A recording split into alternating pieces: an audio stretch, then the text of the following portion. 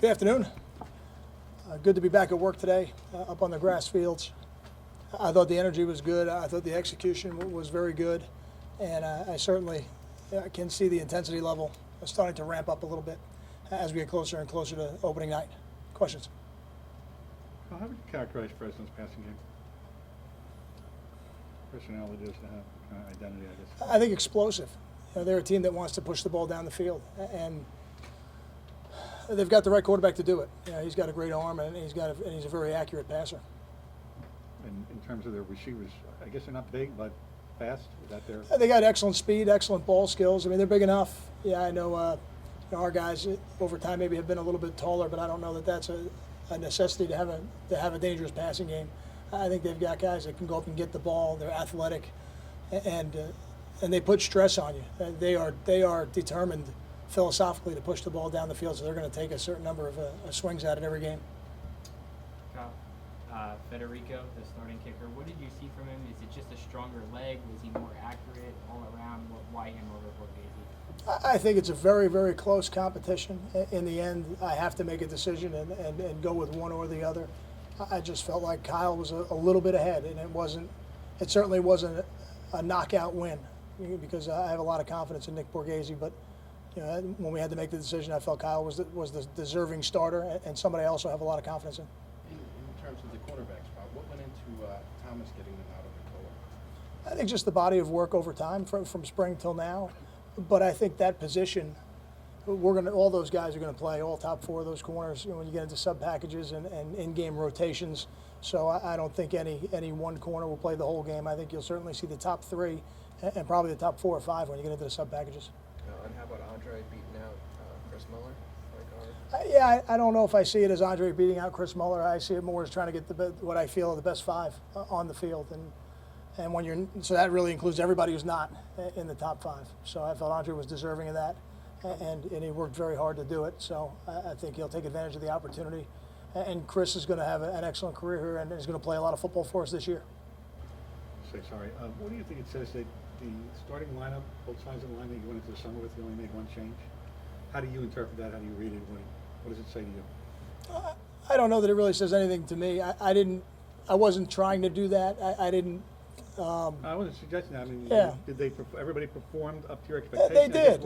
I think it it probably speaks more to how hard it is to play college football. I don't think it's easy for a freshman or a redshirt freshman to break through an established player. And I think when you don't have an established player, maybe who is a freshman or an upperclassman, at some point experience helps.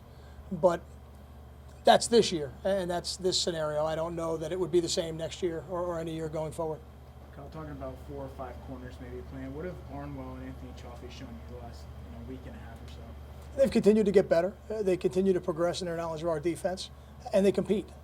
When you're a young player who's trying to get on the field as a true freshman, the first thing you have to do is be willing to compete. They've showed that at a very early stage. Now they have to show the mastery of the defense so that when we put them out there, we know that they're ready to do their job. Punt returner, is it going to be a game time decision with Karan and Canary? I could see a situation where both of them get opportunities in the game, but Janarian will certainly get opportunities.